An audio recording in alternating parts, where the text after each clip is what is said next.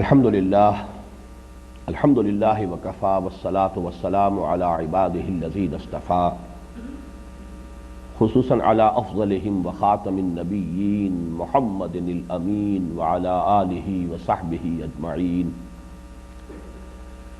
اما بعد فقد قال اللہ تبارک وتعالی کما ورد فی سورة الحدید اعوذ باللہ من الشیطان الرجیم بسم اللہ الرحمن الرحیم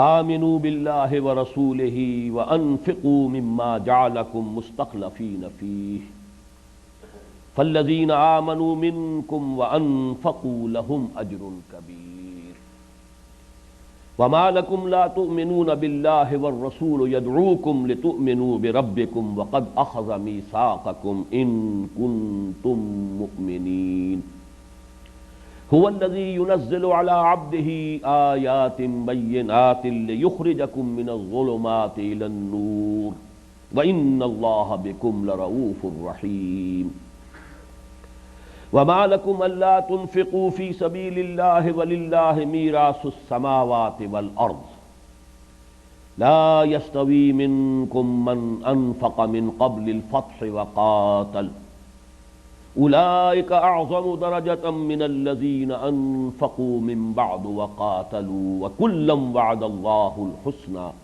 واللہ بما تعملون خبیر من ذا الذی یقرض اللہ قرضا حسنا فیضاعفہ له وله اجر کریم صدق اللہ العظیم رب اشرح لی صدری ویسر لی امری واحلل عقدۃ من لسانی یفقہوا قولی اللہم ربنا الہمنا رشدنا واعذنا من شرور انفسنا اللہم ارنا الحق حقا وارزقنا اتباعه وارنا الباطل باطلا وارزقنا اجتنابه اللہم ربنا زدنا ایمانا وہدا وعلما نافعا وعملا صالحا ورزقا حلالا طیبا آمین یا رب العالمین۔ میں نے ابتدا میں تلاوت تو سورہ حدید کی 5 آیات کی ہے، آیت نمبر 7 سے آیت نمبر 11 تک۔ ان آیات مبارکہ پر اس سورہ مبارکہ کا دوسرا حصہ مشتمل ہے، لیکن اس سے قبل کہ میں ان کا ترجمہ اور اس کے بارے میں کچھ وضاحت پیش کروں، پچھلی نشست کا جو قرض باقی رہ گیا تھا وہ ادا کر رہا ہوں۔ شیخ ابن عربی کے بارے میں جو کچھ میں نے عرض کیا کہ جہاں تک حقیقت و ماہیت وجود کے ضمن میں ان کی رائے کا تعلق ہے، میں اس سے متفق ہوں، میرا مسلک بھی وہی ہے۔ البتہ یہ کہ اور جو باتیں خواہ انہوں نے لکھی خواہ ان کی طرف غلط منسوب کر دی گئی، میرا اس سے کوئی تعلق نہیں، اور نہ میں اس کے لیے جواب دہ ہوں، نہ میں اس کی وضاحت کرنے والا ہوں، نہ مجھے ان کے وکیل کی حیثیت حاصل ہے۔ جہاں تک یہ فلسفہ ہے، اس کا بھی تعلق جیسا کہ میں نے عرض کیا نہ شریعت سے ہے نہ طریقت سے ہے۔ شریعت اور طریقت دونوں کا تعلق تو وہی ہے، لا معبود الا اللہ، لا مطلوب الا اللہ، لا مقصود الا اللہ، لا محبوب الا اللہ۔ وہ ہمہ ازوست یا ہمہ باوست، یہ ایک فلسفہ ہے، فلسفہ وجود کے بارے میں ایک تعبیر ہے، اسے کوئی شخص قبول کرے، اس کا اگر جی چاہے قبول کرے، رد کرنا چاہے رد کر دے، اس سے کوئی کسی مسئلے میں دین کے اعتبار سے کوئی کمی یا نقص واقع نہیں ہو جائے گا۔ البتہ یہ ضرور ہے کہ تنقید اگر ہو اور اختلاف ہو تو اس میں دیانت کا تقاضا یہ ہے کہ پہلے ان کے اصل مسلک کو سمجھا جائے، پھر تنقید کی جائے۔ کیونکہ اکثر و بیشتر ہمارے، میں یہ بات ابن تیمیہ رحمہ اللہ کے بارے میں تو نہیں کہہ سکتا، لیکن ہمارے آج کل کے جو عام لوگ، خاص طور پر سلفی المزاج لوگ جو ہیں، وہ جس انداز کی تنقیدیں کرتے ہیں، ایک تو معلوم ہوتا ہے کہ انہوں نے اس کو سمجھا ہی نہیں، دوسرے یہ کہ جو باتیں انہوں نے کہی ہی نہیں ہیں وہ بھی ان کی طرف منسوب ہو رہی ہیں۔ بہرحال میں نے اس مسئلے کو اپنے طور پر جس طرح حل کیا ہے میں اب وہ بیان کر رہا ہوں۔ اس میں پہلی بات وہ ہے جو میں عرض کر چکا ہوں اس سے پہلے ایک نشست میں، کہ اللہ تعالیٰ کی معرفت کے 2 حصے ہیں۔ معرفت رب، یہ تو گویا کہ مطلوب ہے، مقصود ہے، اسی پر ہمارے طرز عمل کی اور دینی رویے کی ساری بنیاد ہوگی۔ جتنی معرفت گہری ہوگی اتنا ہی ہمارا عمل گہرا ہوگا، جتنی معرفت کے اندر وسعت ہوگی اتنی ہی ہمارے دینی جو روش ہے اور رویہ ہے اس کے اندر بھی وسعت ہوگی، وہ بالکل پروپورشنیٹ ہوں گے ایک دوسرے کے ساتھ۔ لیکن یہ دو حصے ہیں، ایک ہے ذات باری تعالی، جس کے بارے میں میں نے حضرت ابوبکر صدیق رضی اللہ تعالی عنہ اور حضرت علی رضی اللہ تعالی عنہ ان دونوں کے دو مقولوں پر مشتمل جو شعر ہے وہ آپ کو سنایا. العجز عن درک الذات ادراکو، اللہ کی ذات کے ادراک سے عاجز ہونے کا جب انسان کو احساس ہو جائے تو بس یہی ادراک ہے. معلومم شد کہ ہیچ معلوم نہ شد.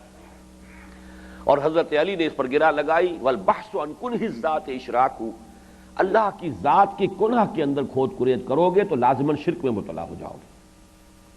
شیخ سعدی نے اس بات کو خوب بیان کیا ہے. تواں در بلاغت میں صوبہ رسید، یہ صوبہ بہت بڑی ایک خطیب شخصیت کا نام ہے، فصاحت و بلاغت کی معراج پر جو فائز تھے. تو شیخ سعدی کہتے ہیں کہ تواں در بلاغت میں صوبہ رسید، بلاغت فصاحت خطابت میں تو صوبہ تک بھی انسان پہنچ سکتا ہے. نہ در کن ہے بے چونے صبح رسید، لیکن ذات باری تعالی سبحانہ و تعالی اس کی ذات کی کنہ تک پہنچنے کا کوئی امکان نہیں. اے برطرز خیال و قیاس و گمان و وہم، بس ہرچے گفتہ ایم و شنید ایم و خواندہ ایم، دفتر تمام گشت و بے پایاں رسید عمر، ما ہم چنا در اول وصف تو ماندہ ایم. بہرحال اس میں وہ خیال جو میں ظاہر کر چکا ہوں وہ میرا ذاتی ہے کہ اب اول وصف جو ہے وہ وصف وجود ہے، اور اسی کو سمجھنے سے انسان جو ہے عاجز ہے. دوسرا جو حصہ ہے اللہ کی معرفت کا وہ صفات کا ہے. اس میں بھی میں عرض کر چکا ہوں ہماری لیمیٹیشنز کیا ہیں. ساری معرفت ہماری صفات کے حوالے سے. آمنت باللہ کما ہوا باسمائہ و صفاتہ وقبلت جمیع احکامہ اقرار باللسان و تصدیق بالقلب، یہ ایمان مجمل ہے. لیکن صفات میں بھی نہ اس کی کمیت کا ہم ادراک کر سکتے ہیں. اللہ قادر ہے، کتنا قادر ہے. اللہ علیم ہے، کتنا علیم ہے، کیا معلوم، ہمارے لیے ممکن ہی نہیں کوئی تصور کرنا. اللہ بصیر ہے، کیسے دیکھتا ہے، سمیع ہے، کیسے سنتا ہے، ہمیں نہیں معلوم. بہرحال جو بھی کچھ ہے ہمارے پلے معرفت خداوندی میں وہ اسماء و صفات سے ہے. لیکن اب ذرا آئیے ایک مسئلہ جو ہمارے ہاں علم کلام کا اور یہ متکلمین ان کا بہت بڑا ایک مسئلہ رہا ہے، جس پر بڑی بحثیں ہوئی ہیں، نزاع ہوا ہے، جس کو کہ اقبال نے بھی پھر اپنی وہ جو آخری دور کی نظم ہے ابلیس کی مجلس شورا، اس میں اس مسئلے کی نشاندہی کی ہے، اس کا تذکرہ کیا ہے صفات ذات حق حق سے جدا یا عین ذات. یہ مسئلہ ہے. یہ ذات اور صفات میں نسبت کیا ہے؟ ذات اضافی شے ہے، ہمارے لیے تو صفت اضافی شے ہے. ایک وقت تھا کہ مجھے کچھ علم حاصل نہیں تھا، آج مجھے علم ہے، جتنا بھی ہے تھوڑا ہے بہت ہے، اور ہو سکتا ہے کہ عمر جو ہے ارذل العمر تک پہنچ جاؤں تو وہ علم جو ہے جاتا رہے، زائل ہو جائے. تو گویا کہ ہمارے وجود پر جو صفت علم ہے وہ اضافی ہے، وہ ہمارے وجود کا حصہ نہیں ہے، جزو لازم نہیں ہے. لیکن کیا اللہ کے بارے میں بھی یہ تصور ہم کر سکتے ہیں؟ اب یہ مسئلہ تھا. ہے صفات ذات حق حق سے جدا یا عین ذات، امت مرحوم کی ہے کس عقیدے میں نجات. اب یہ مسئلہ ہے جس پر بڑی طویل بحثیں ہوئی ہیں، اور مجھے یہ خوش قسمتی ہے کہ یہ مولانا منتخب الحق صاحب کے جو میں سمجھتا ہوں کہ اس دور میں جو قدیم جو فلسفہ اور منطق کا جو ہمارا مکتب فکر ہے خیر آبادی اسکول آف تھاٹ، اس کے وہ آخری کہنا چاہیے کہ اس سلسلے کی آخری شخصیت تھے.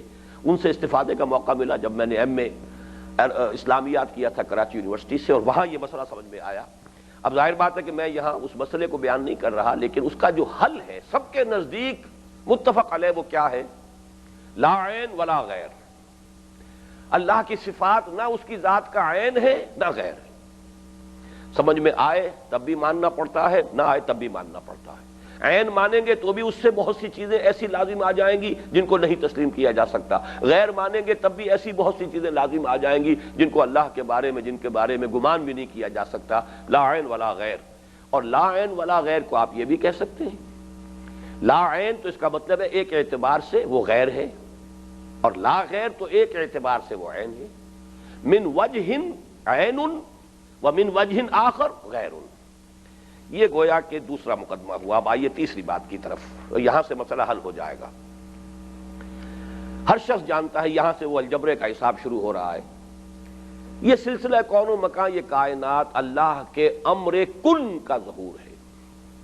کن یقول لہ کن فیکون. ہر شے جس کو وجود حاصل ہوا ہے اللہ کے ایک کلمہ کن کا ظہور ہے. یہی وجہ دو مقامات پر قرآن مجید میں آیا ہے کہ تم اللہ کے کلمات کو گن نہیں سکتے. اگر کل روئے ارضی کے درخت قلم بن جائیں اور سارے سمندر سیاہی بن جائیں تب بھی یہ کہ اللہ تعالیٰ کے کلمات ختم نہیں ہوں گے، وہ سیاہی ختم ہو جائے گی. لنفد البحر قبل ان تنفد کلمات ربی ولو جئنا بمثلہ مددا. ان سمندروں جتنی اور بھی سیاہی لے آئی جائے. اور اس کی وجہ کیا ہے کہ تمام مخلوقات اللہ کے کسی نہ کسی کلمہ کن کا ظہور ہے. اب کن کیا ہے؟ کلام ہے، کلمہ ہے، کلام ہے، یہ دوسری بات. تیسری بات، کلام صفت ہے، متکلم کی صفت ہے. گویا کہ کلمہ، کلام، حرف کن اللہ کی ایک صفت ہے.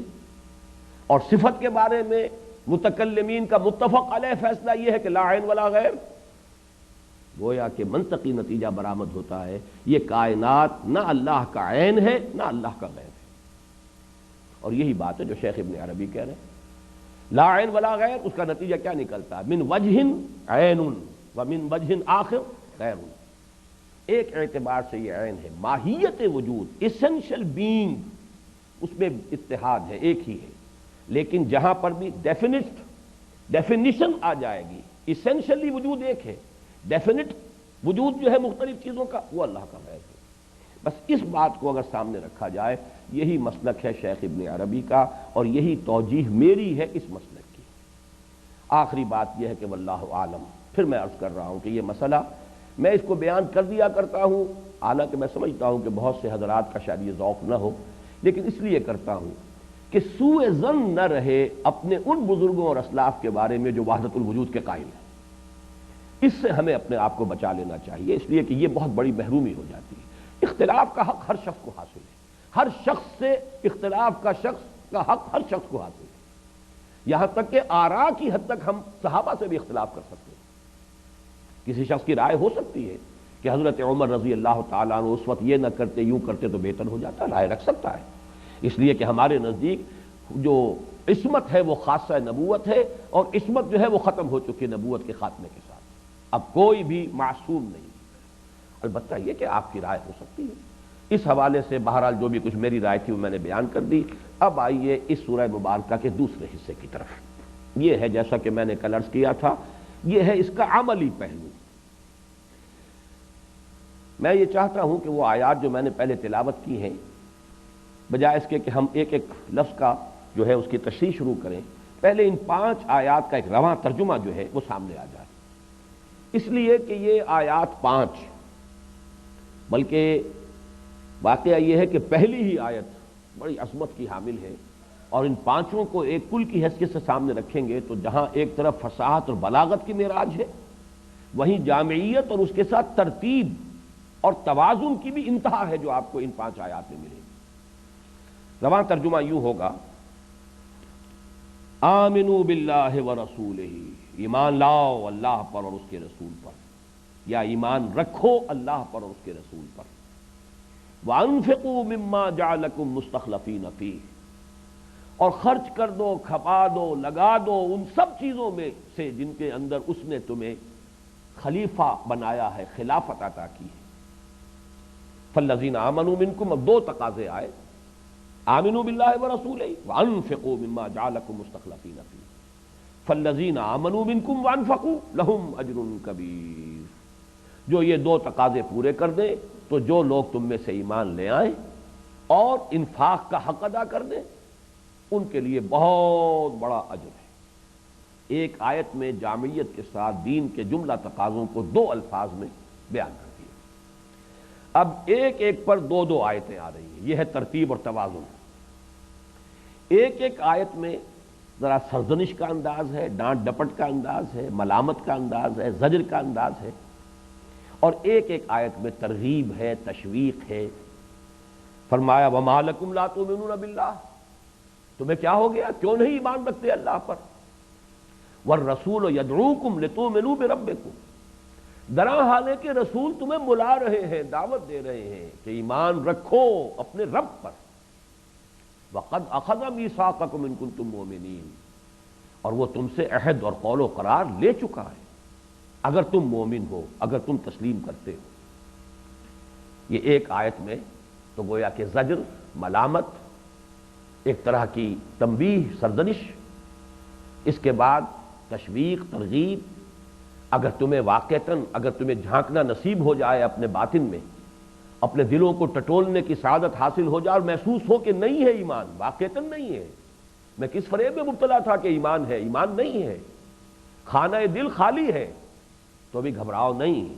هو الذی ينزل علی عبدہ آیات بینات لیخرجکم من الظلمات الی النور. وہی تو ہے اللہ جو نازل فرما رہا ہے اپنے بندے پر صلی اللہ علیہ وسلم آیات بینات، روشن آیتیں، روشن نشانیاں، لیخرجکم من الظلمات الی النور، تاکہ نکالے وہ تمہیں اندھیروں سے روشنی کی طرف. اندھیرے شرک کے ہیں، کفر کے ہیں، الحاد کے ہیں، مادیت کے ہیں، حرص و ہوا کی غلامی کے ہیں، کریمہ بے بخشائے برحال ماں کے حسن مسیر کمند ہوا. یہ سب اندھیرے ہیں، یہ شیڈز آف ڈارکنیس ہیں. ان تمام اندھیروں سے نکال کر، نوٹ کیجئے گا قرآن مجید میں ظلمات ہمیشہ آیا ہے جمع میں اور نور ہمیشہ واحد کی شکل میں آیا ہے. ظلمات بعضها فوق بعض، نور علی نور. نور کے اندر تعدد بھی لایا گیا ہے تو واحد کے صیغے سے، نور علی نور. یہ سورہ نور کا جو 5واں رکوع ہے جو ہمارے منتخب نصاب کے دوسرے حصے کے اندر یہ درس ہے. اور ظلمات بعضها فوق بعض، تو اللہ تعالیٰ نے کتاب اتار دی ہے، یہ آیات بینات ہیں، گھبراؤ نہیں.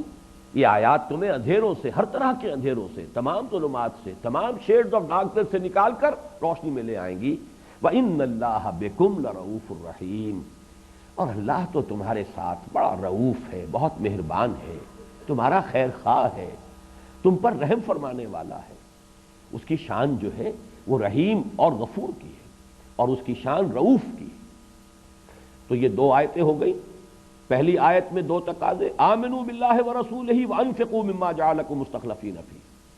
یہ دو تقاضے پورے کر دو تو اجر عظیم. فالذین آمنوا منکم وانفقوا لہم اجر کبیر. اس کے بعد ایک آیت میں ذرا دلوں کو ٹٹولنے کی طرف آمادہ کیا گیا، وما لکم لا تؤمنون باللہ والرسول یدعوکم لتؤمنوا بربکم وقد اخذ میثاقکم ان کنتم مؤمنین. اور اس کے بعد نشاندہی کر دی گئی، هو الذی ينزل علی عبدہ آیات بینات لیخرجکم من الظلمات الی النور. نور ایمان اگر تمہیں چاہیے، واقعتاً اگر تمہارا دل، خانہ دل جو ہے تاریک ہے نور ایمان کے اعتبار سے، تو اس کو منور کرنے کے لیے یہ آیات بینات اللہ نے نازل فرما دی. اب دو آیتوں میں پہلے وہ سرزنش کا انداز، وَمَا لَكُمْ أَلَّا تُنْفِقُوا فِي سَبِيلِ اللَّهِ.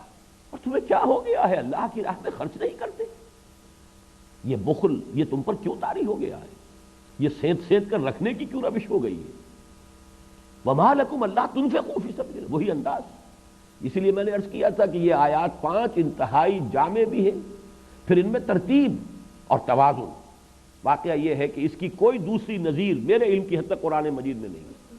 جو حسن ترتیب اور حسن توازن اور جو جامعیت کبریٰ یہاں ہے، جیسے ذات و صفات باری تعالیٰ کے بیان میں سورہ حدید کی پہلی 6 آیات پر مشتمل حصہ اول، اسی طرح دین کے تقاضے، دین کے مطالبات، اللہ چاہتا کیا ہے، اس میں جامعیت کبریٰ کے ساتھ، اور پھر اس کا احصاء، پورا احاطہ کر لینا پورے مضمون کا، اس کے اعتبار سے میرے نزدیک جامع ترین مقام یہ. وَمَا لَكُمْ أَلَّا تُنْفِقُوا فِي سَبِيلِ اللَّهِ. تمہیں کیا ہو گیا ہے، اللہ کی راہ میں خرچ نہیں کرتے؟ وَلِلَّهِ مِيرَاثُ السَّمَاوَاتِ وَالْأَرْضِ. حالانکہ آسمانوں اور زمین کی وراثت تو اللہ ہی کے لیے ہے. تم سب چلے جاؤ گے، یہ سب کچھ جو کچھ ہے اللہ ہی کے لیے رہ جائے گا. یہ تمہارے ساتھ جانے والی شے نہیں ہے. اگرچہ ایک تو وارث ہوتے ہیں، اولاد وارث ہے، ٹھیک ہے، لیکن یہ پھر اولاد کا بھی کوئی اور وارث ہو جائے گا. بالآخر تو یہ پوری کائنات جو ہے یہ در حقیقت وراثت خداوندی ہے. وَلِلَّهِ مِيرَاثُ السَّمَاوَاتِ وَالْأَرْضِ. لا یستوی منکم. اب یہاں پر ایک بڑا عظیم مضمون آ گیا ہے، اور اس میں ایک اور بات کی طرف وہ بعد میں وضاحت سے بیان کروں گا کہ انفاق جو ہے اس سے مراد عام طور پر ہم لے لیتے ہیں انفاق مال. حالانکہ کھپانا اور خرچ کرنا وہ جیسے مال کا ہے ویسے ہی جان کا بھی ہے. یہاں آگے چل کر اس کو کھول دیا گیا، لا یستوی منکم من انفق من قبل الفتح وقاتل. دیکھو تم میں سے وہ لوگ جنہوں نے فتح سے پہلے انفاق کیا تھا اور قتال کیا تھا، وہ برابر نہیں ہیں ان کے کہ جنہوں نے فتح کے بعد قتال میں حصہ لیا اور انفاق کیا، اولئک اعظم درجۃ من الذین انفقوا من بعد وقاتلوا، ان کے درجے بہت بلند ہیں، بہت عظیم ہیں، وہ بہت اعظم ہیں، اعلیٰ ہیں درجات کے اعتبار سے ان لوگوں کے مقابلے میں کہ جنہوں نے انفاق کیا فتح کے بعد یا قتال میں حصہ لیا۔ فعل وہی ہے انفاق، فعل وہی ہے قتال میں حصہ لینا، جان کھپانا، مال کھپانا، لیکن جن حالات میں یہ کام کوئی شخص کر رہا ہے ان کے اعتبار سے ان کی قدر و قیمت کے اندر فرق و تفاوت پیدا ہو جائے گا زمین اور آسمان جیسا۔ جب دین ایک غربت کی حالت میں ہے، پامال ہے، دین کا کوئی ساتھی نہیں، کوئی جاننے پہچاننے والا نہیں، جیسے کہ حضور کی حدیث ہے بدأ الاسلام غریبا وسیعود کما بدا، جو اس حالت غربت میں جنہوں نے اسلام کا ساتھ دیا ان کا جو مرتبہ ہے اللہ کے ہاں وہ سابقون الاولون، اس مرتبے کو وہ لوگ نہیں پہنچ سکتے۔ جب اسلام کو غلبہ حاصل ہو گیا، اسلام اب قوت ہے، اب جو آ گئے اس کے ساتھ ٹھیک ہے، اب وہ بھی حسن نیت کے ساتھ آئے ہیں تو اجر و ثواب تو ان کا جو ہے اللہ تعالیٰ کی طرف سے اس کی ضمانت دی گئی ہے، لیکن درجے میں وہ ان کے برابر کبھی نہیں ہو سکتے کہ جنہوں نے اس حالت غربت میں اور اس حالت ضعف میں دین کا ساتھ دیا تھا۔ لا يستوی منکم من انفق من قبل الفتح وقاتل اولئک اعظم درجۃ من الذین انفقوا من بعد وقاتلوا وکلا وعد اللہ الحسنی، اور سب سے اللہ کا وعدہ ہے بہت اچھا، جنت سب کو ملے گی، حسن نیت شرط ہے، نیت صحیح تھی بعد میں آئے یا پہلے آئے، درجات جنت میں بھی ہوں گے، بہت فرق و تفاوت ہوگا، یہاں تک حدیث میں آیا ہے کہ اتنا فرق و تفاوت ہوگا اہل جنت کے مابین کہ ایک شخص نچلے درجے کا جنتی اوپر والے درجے کے جنتی کو ایسے دیکھے گا جیسے تم زمین پر بیٹھ کر آسمان کے ستاروں کو دیکھتے ہو۔ یہ فرق و تفاوت تو ہوگا لیکن بہرحال جنت سب کو ملے گی۔ واللہ بما تعملون خبیر، اور جو کچھ تم کر رہے ہو اللہ اس سے خوب باخبر ہے۔ دیکھیے اس سے پہلے آیا تھا بصیر، یہاں آیا خبیر۔ بصارت میں یہ چونکہ الفاظ ہماری زبان کے ہیں، بصارت میں دھوکہ کھانے کا اندیشہ ہوتا ہے، خبیر اصل خبر جو ہے وہ تمہارے باطن سے بھی باخبر ہے، تمہاری نیتوں کو بھی جانتا ہے، صرف ظاہر کو نہیں دیکھ رہا۔ ان اللہ لا ينظر الى صورکم ولا الى اموالکم ولكن ينظر الى قلوبکم والى اعمالکم، اللہ تعالیٰ تمہاری صورتوں اور تمہارے مالوں کو نہیں دیکھتا، اللہ تمہارے دلوں کو دیکھتا ہے اور تمہارے اعمال کو دیکھتا ہے۔ اب یہ آیت ذرا طویل تھی، اس میں تو وہ جو سرزنش کا انداز تھا وَمَا لَكُمْ أَلَّا تُنْفِقُوا فِي سَبِيلِ اللَّهِ، اب اس میں جو ترغیب کا انداز ہے وہ تو واقعہ ہے کہ غالب کے اس شعر کے بالکل مصداق، کون ہوتا ہے حریف میں مرد افغن عشق، ہے مقرر لب ساقی پہ صلا میرے بعد، من ذا الذی یقرض اللہ قرضا حسنا، کون ہے وہ جو اللہ کو قرض حسنہ دینے کی ہمت کرے، من ذا الذی یقرض اللہ قرضا حسنا، اللہ کو اگر قرض حسنہ دے گا فَيُضَاعِفَهُ لَهُ، دنیا میں تمہارا تصور یہ ہے قرض حسن کا کہ صرف اصل در واپس آئے گا مزید کچھ نہیں، لیکن اللہ کو قرض حسن دو گے یضاعفہ لہ، وہ اس کو اس کے لیے دوگنا کرتا رہے گا، بڑھاتا رہے گا، وَلَهُ أَجْرٌ كَرِيمٌ، وہ اصل مال تو اسے بڑھتا چڑھتا دگنا چوگنا 100 گنا ملے ہی گا، 700 گنا ملے گا، اجر کریم، بدلہ اس کے علاوہ ہوگا، اضافی ہوگا۔ یہ ہے 5 آیات جن کے بارے میں میں نے عرض کیا ہے کہ یہ اس سورہ مبارکہ کا حصہ دوم ہے کہ جس میں جو دین کے عملی تقاضے ہیں انہیں نہایت حد درجے فصاحت و بلاغت اور خطابت کے ساتھ اور اس کے ساتھ غایت درجے جامعیت اور ترتیب اور حسن توازن اور حسن ترتیب کے ساتھ بیان کیا گیا۔ اب پہلی آیت پر نگاہ گاڑی ہے۔ اس پہلی آیت میں سب سے پہلا سوال یہ پیدا ہوتا ہے کہ خطاب کس سے ہو رہا ہے؟ آمنوا باللہ ورسولہ وانفقوا مما جعلکم مستخلفین فیہ، ایمان لاؤ اللہ پر، اس کے رسول پر، اور خرچ کر دو جو کچھ کہ تمہیں دیا ہے، جس چیز میں تمہیں خلافت عطا کی ہے اس میں سے، جو لوگ یہ 2 تقاضے پورے کر دیں گے ان کے لیے اجر کبیر ہے۔ تو یہاں صرف اس آیت کے الفاظ کو سامنے رکھا جائے تو امکان موجود ہے کہ یہ غیر مسلموں سے خطاب ہو، کافروں سے خطاب ہو، یہودیوں سے، نصرانیوں سے، لیکن سیاق و سباق ابھی جو آپ نے 5 آیات پڑھ لی ہیں ان سے متعین ہو گیا ہے کہ یہاں خطاب ان سے نہیں ہے۔ جیسے کہ میں نے ان صورتوں کا جو مجموعی تعارف کرایا تھا تو عرض کیا تھا کہ ان صورتوں میں کفار سے، مشرکین سے، یہود سے، نصارہ سے خطاب ہے ہی نہیں، روئے سخن مسلمانوں سے، لیکن مسلمانوں میں سے کون؟ جن کی حرارت ایمانی میں کچھ کمی ہے، معیار مطلوب پر نہیں ہے، جن کا جذبہ انفاق جتنا ہونا چاہیے نہیں ہے، جن کا جوش جہاد جتنا ہونا چاہیے نہیں ہے، جن کا ذوق شہادت جس طرح ہونا چاہیے نہیں ہے، جن میں ضعف ہے، جن میں کمزوری ہے، ایمان اور اعمال صالحہ کا وہ درجہ جو مطلوب ہے اس پر پورے نہیں اتر رہے، وہ ہے کہ جن سے خطاب کیا جا رہا ہے۔ اسی لیے میں نے دو ترجمے کیے تھے آمنو کو، ایمان لاؤ اللہ پر اور اس کے رسول پر۔ یہ ایمان لانا یہ گویا کہ ہو جائے گا اگر اس کو سمجھا جائے کہ یہ عام لوگوں سے خطاب ہو رہا ہے، کفار سے ہو رہا ہے، مشرکین سے ہو رہا ہے، لیکن اس کے ساتھ دوسرا ترجمہ کیا ایمان رکھو اللہ پر اور اس کے رسول پر۔ یہاں گویا کہ خطاب ہو رہا ہے مسلمانوں سے۔ یہی دوسرا جو ہے میرے نزدیک، یہی در حقیقت یہاں جو اصل خطاب ہے وہ مسلمانوں سے، کمزور ضعفاء سے، جن کے اندر حرارت ایمانی اور جوش انفاق اور جذبہ جہاد جتنا ہونا چاہیے نہیں ہے، اس میں کوئی کمی ہے۔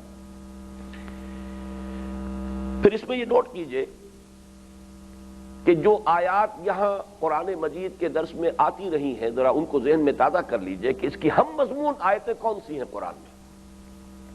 سب سے پہلے سورہ نساء کی آیت نمبر 136 ذہن میں لے آئیے، یا ایھا الذین آمنوا آمنوا باللہ ورسولہ والکتاب الذی نزل علی رسولہ والکتاب الذی انزل من قبل۔ اہل ایمان، ایمان لاؤ، یعنی ایمان کا حق ادا کرو۔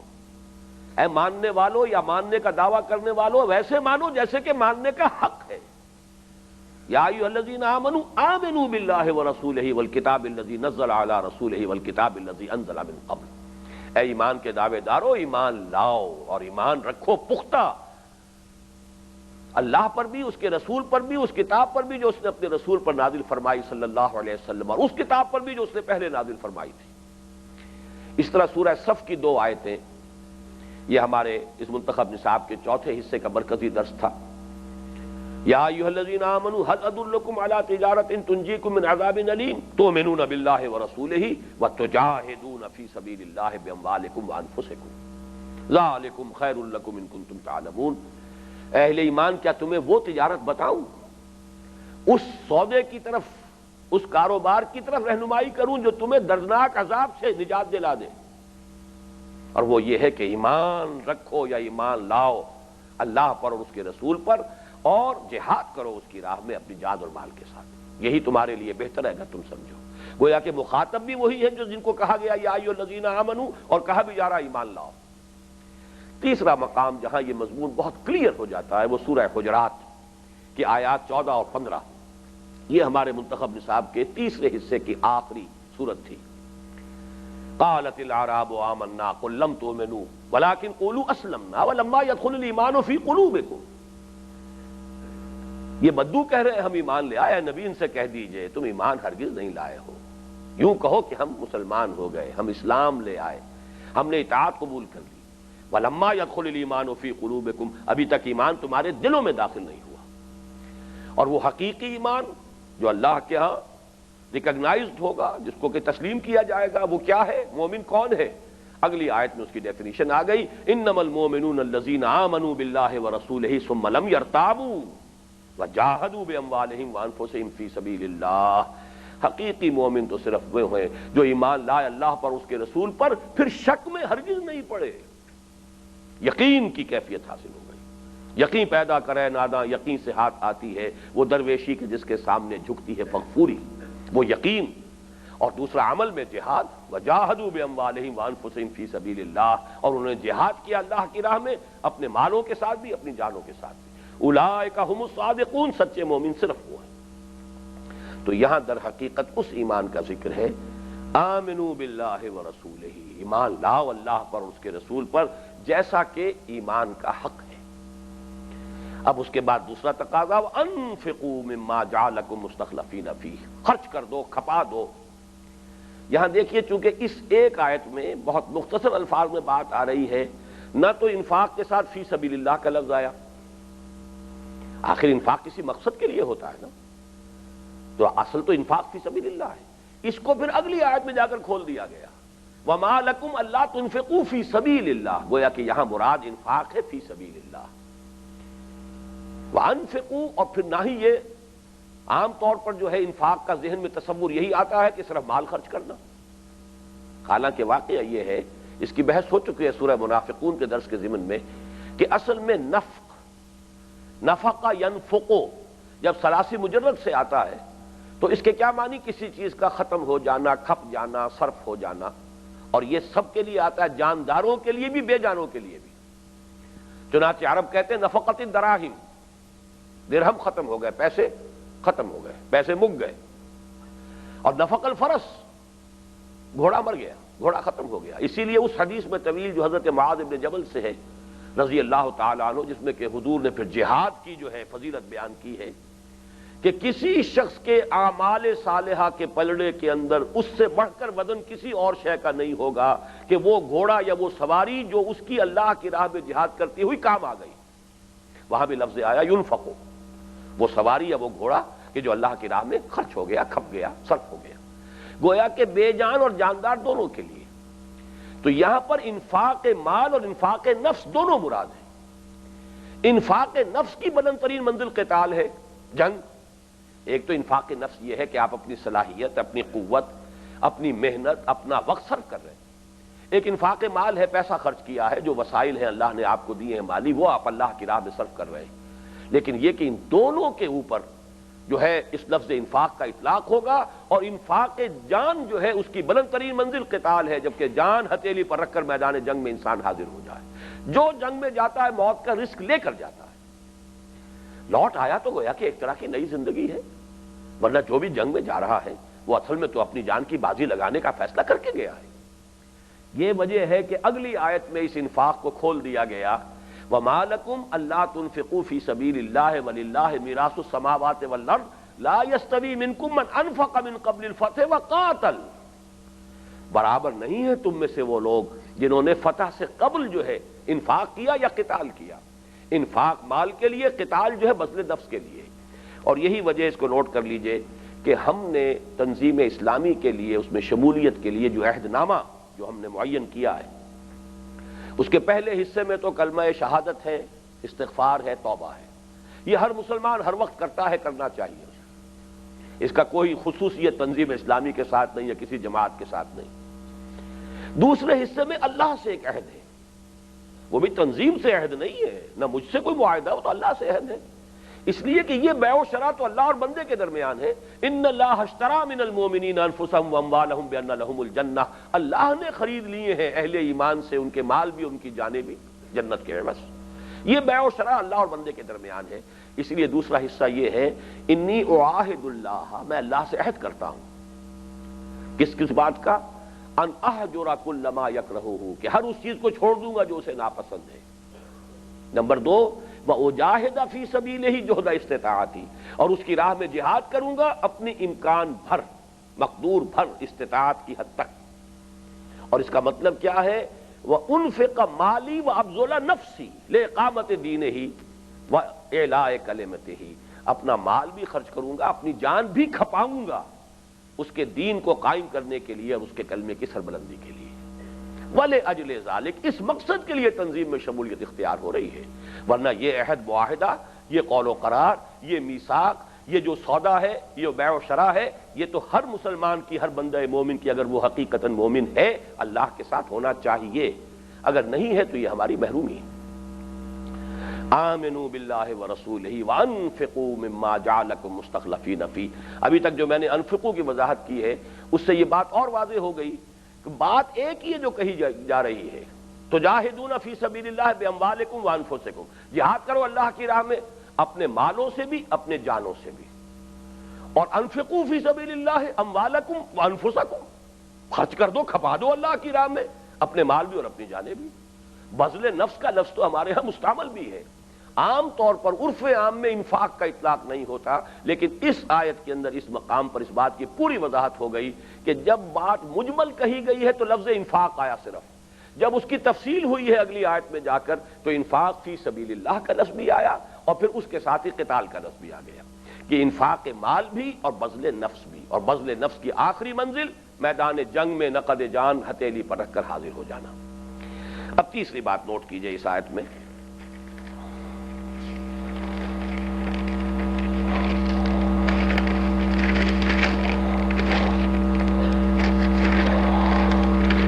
گڑبڑ ہو گئی ہے میرے صفحات میں.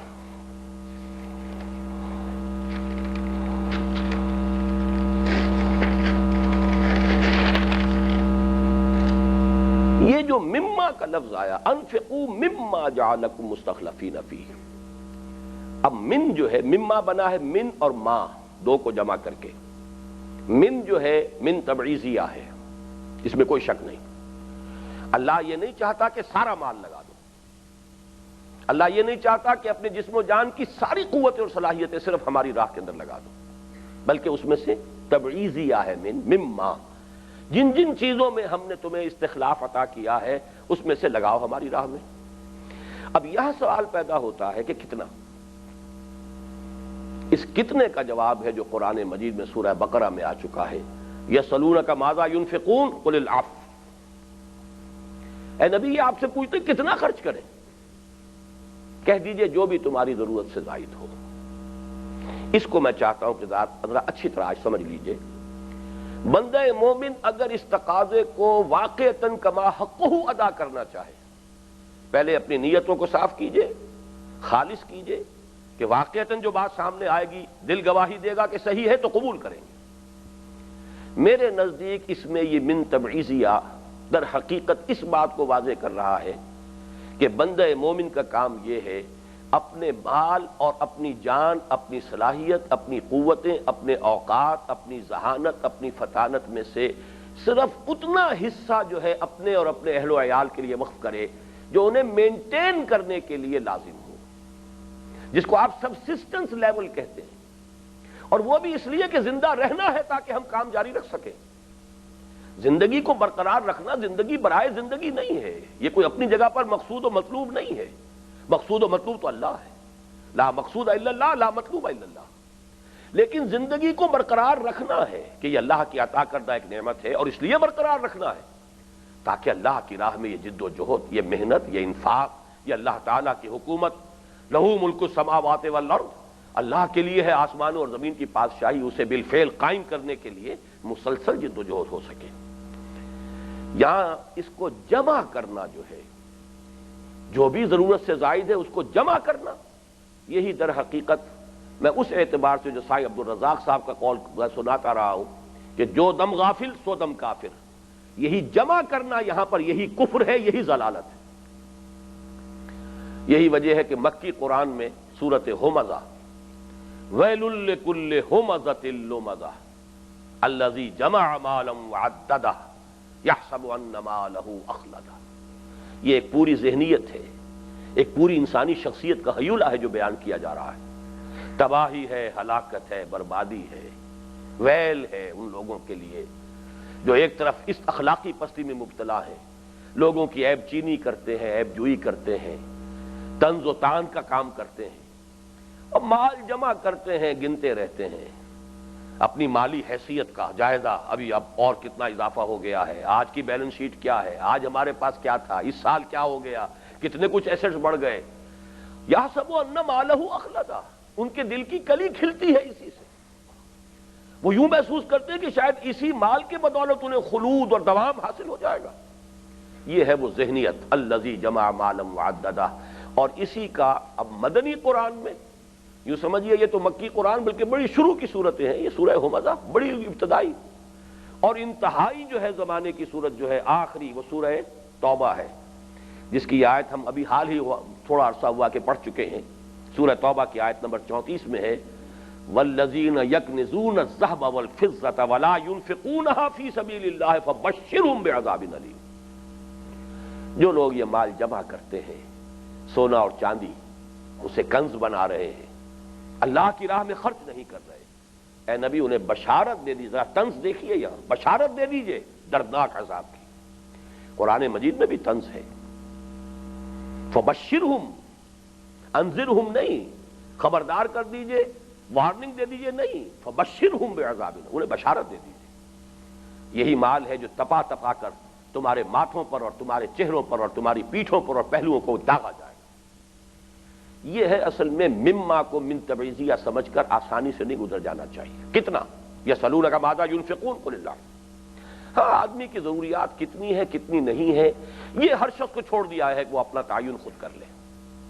یہ اس کی اپنی اسیسمنٹ بھی ہے، سب کی ضروریات برابر نہیں ہوتی، مختلف حیثیتوں میں، مختلف ذمہ داریوں کے ادا کرنے میں ایک شخص کے لیے ایک چیز لگژری ہے، دوسرے شخص کے لیے وہی چیز اس کی نیسیسٹی ہے، ضرورت ہے، اس کے لیے ضروریات میں شامل ہے۔ اس اعتبار سے کوئی ہارڈ اینڈ فاسٹ رول نہیں ہے، البتہ ہر شخص اپنا جائزہ لے لے کہ در حقیقت ان تمام چیزوں میں جن کو کہ ہم نے تمہیں عطا کیا ہے، اس میں سے اتنا جتنا زندگی، جسم اور جان کے تسلسل کو باقی رکھنے کے لیے، اپنے اہل و عیال کے لیے ناگزیر ہے، وہ تو ہے تمہارا صحیح حق، جائز حق۔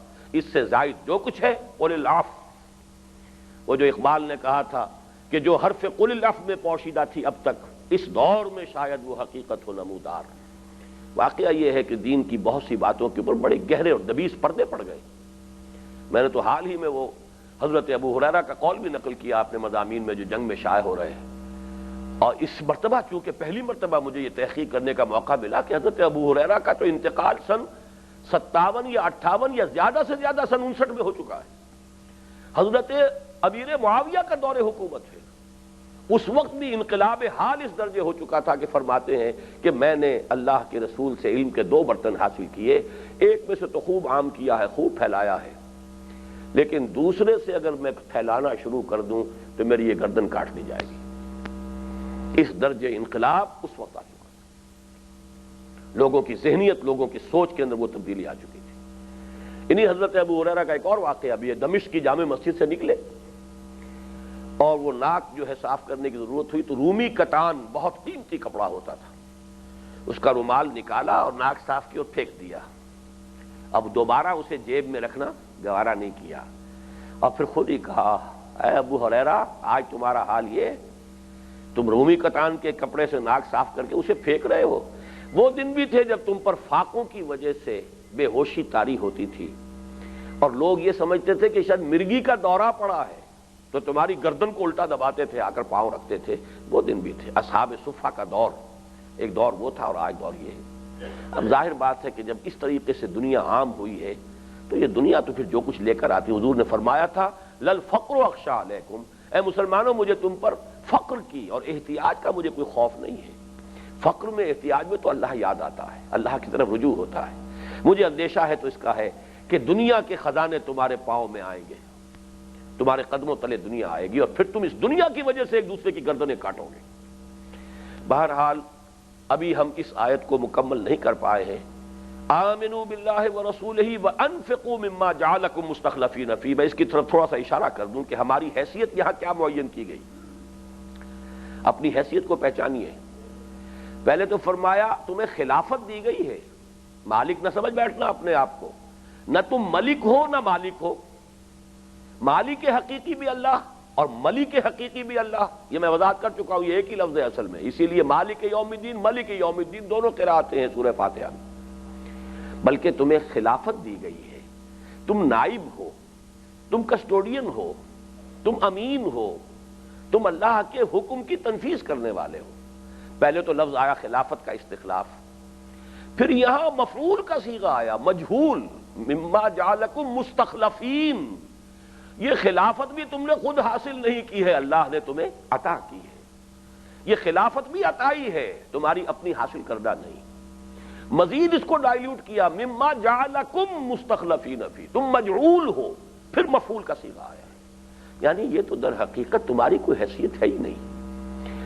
جعلکم، اس نے تمہیں بنا دیا ہے، مستخلفین، خلافت دیے ہوئے، فی، ان چیزوں میں جو اس نے تمہیں دی ہیں۔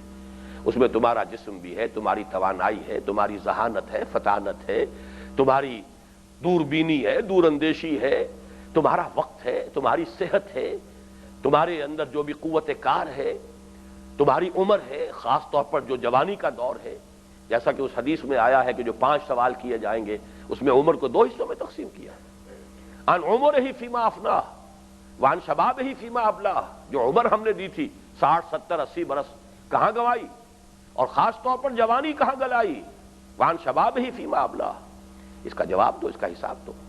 تو معلوم ہوا کہ یہ ساری چیزیں ہیں جس میں جو ہم نے تمہیں دی ہیں، وانفقوا مما جعلکم مستخلفین فیہ۔ اس مضمون پر بھی ابھی کچھ تھوڑی سی گفتگو اور کرنی ہوگی انشاءاللہ کل، لیکن اب اللہ کے فضل و کرم سے وہ جو زیادہ مشکل مسئلہ تھا ایک، اس سے ہم گزر آئے ہیں، اب ہماری گاڑی جو ہے انشاءاللہ تیزی کے ساتھ چلے گی۔ بارک اللہ لی ولکم فی القرآن العظیم ونفعنی وإیاکم بالآیات